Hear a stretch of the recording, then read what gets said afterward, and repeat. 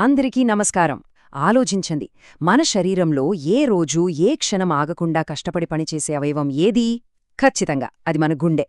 So ఈరోజు మనం మన గుండె ఆరోగ్యం గురించి కొంచెం లోతుగా మాట్లాడుకుందాం.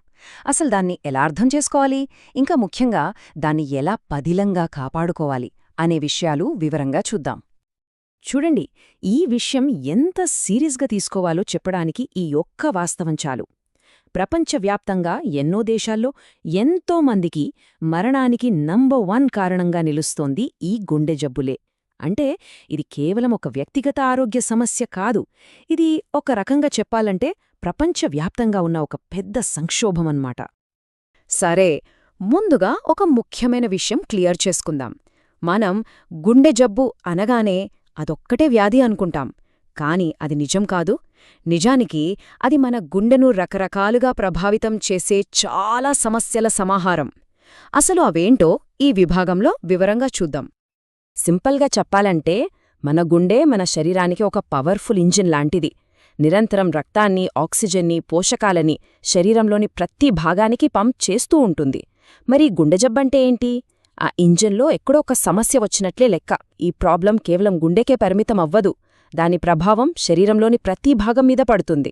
అందుకే ఈ ఇంజిన్ ఎప్పుడూ స్మూత్గా పనిచేయడం మనందరికీ చాలా అవసరం. ఇప్పుడు ఈ చిత్రాన్ని చూడండి.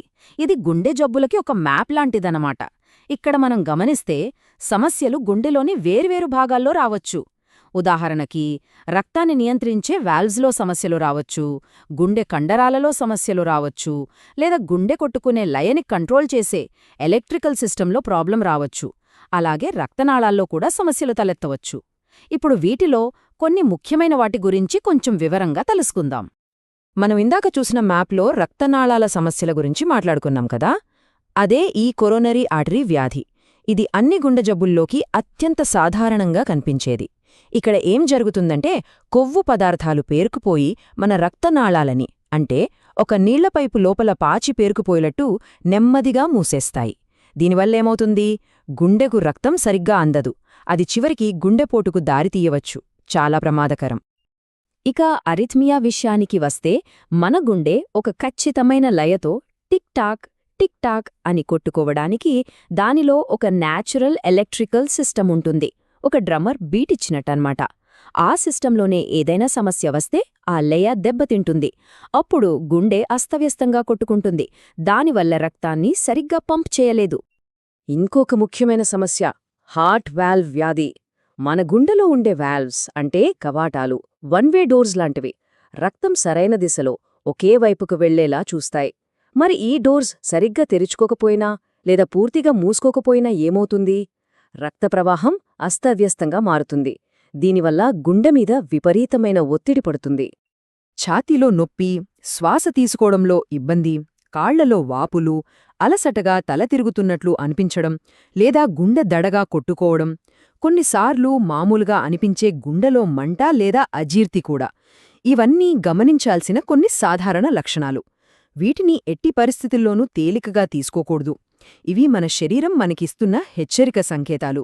వీటిని ముందే గుర్తిస్తే పెద్ద ప్రమాదాన్ని నివారవచ్చు. సరే, ఇప్పటిదాకా గుండె జబ్బు అంటే ఏంటో, దాని లక్షణాలేంటో చూశాం. ఇప్పుడు అసలు ప్రశ్న, ఈ సమస్యలు ఎందుకొస్తాయి? వాటి వెనుక ఉన్న కారణాలేంటి?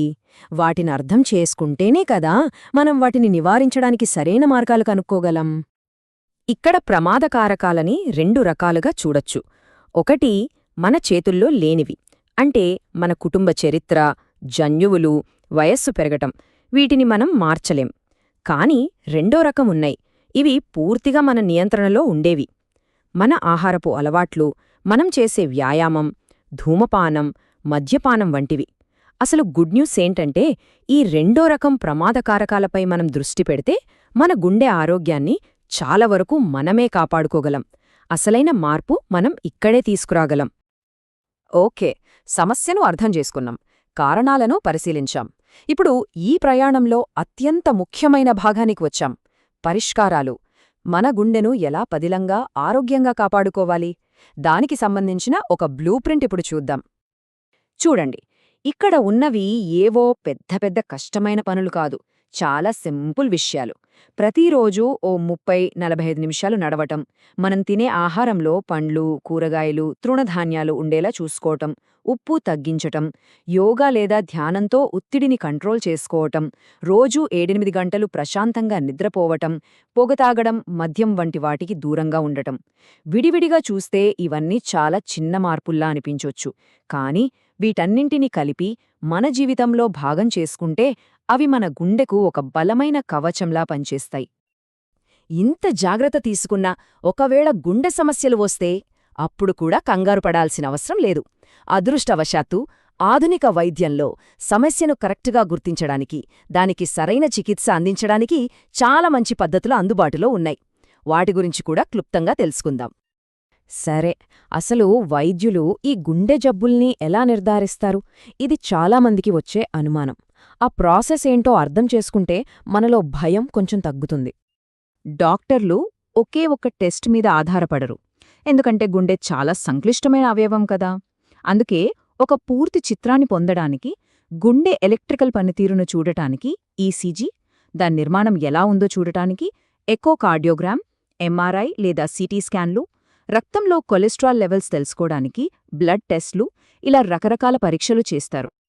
ఓకే, డయాగ్నోసిస్ అయిపోయింది, సమస్య ఏంటో తెలిసింది. మరి దానికి ట్రీట్మెంట్ ఎలా ఉంటుంది? ట్రీట్మెంట్ అనేది ఒక్కటే మందు అందరికీ అన్నట్లుగా ఉండదు. ఇది ఒక్కొక్కరి పరిస్థితిని బట్టి మారుతుంది. దీనిలో చాలా ఆప్షన్స్ ఉంటాయి. అన్నింటికన్నా ముందు జీవనశైలి మార్పులు, అంటే మంచి ఆహారం, వ్యాయామం, కొన్నిసార్లు రక్తపోటు, కొలెస్ట్రాల్ను కంట్రోల్ చేయడానికి మందులవసరం కావచ్చు. ఇంకా తీవ్రమైన కేసులలో చిన్న ప్రొసీజర్స్ నుంచి ఓపెన్ హార్ట్ సర్జరీ వరకు అవసరం పడొచ్చు. అలాగే గుండెపోటు లాంటివి వచ్చిన తర్వాత మళ్లీ గుండెను బలోపేతం చేయడానికి కార్డియాక్ రీహాబ్ అనే ఒక ప్రత్యేక కార్యక్రమం కూడా ఉంటుంది. ఇప్పటిదాకా మనం మాట్లాడుకున్నదంతటికీ సారాంశం ఈ ఒక్క వాక్యంలో ఉంది. మనం మార్చలేని కొన్ని ప్రమాదకారకాలు ఉన్నప్పటికీ మనం మార్చగల శక్తి ఉన్న ఇతర విషయాలు చాలా ఉన్నాయి. ఇది చాలా శక్తివంతమైన మాట. అంటే అంతిమంగా మన ఆరోగ్యం చాలా వరకు మన చేతుల్లోనే ఉంది. చివరిగా ఈ యొక్క ప్రశ్నతో ముగిద్దాం. మన గుండె మనకోసం రోజుకి 24 గంటలు, వారానికి 7 రోజులు, ఒక్క క్షణం కూడా ఆగకుండా పనిచేస్తోంది. మరి అలాంటి గుండె కోసం ఈరోజు మనం ఏం చేయబోతున్నాం? దానికి మనం తిరిగి ఇవ్వాల్సింది పెద్ద పెద్ద త్యాగాలేమీ కాదు, కేవలం ఒక చిన్న ఆరోగ్యకరమైన ఎంపిక. ఆ మొదటి అడుగు మనందరం ఈరోజే వేద్దాం.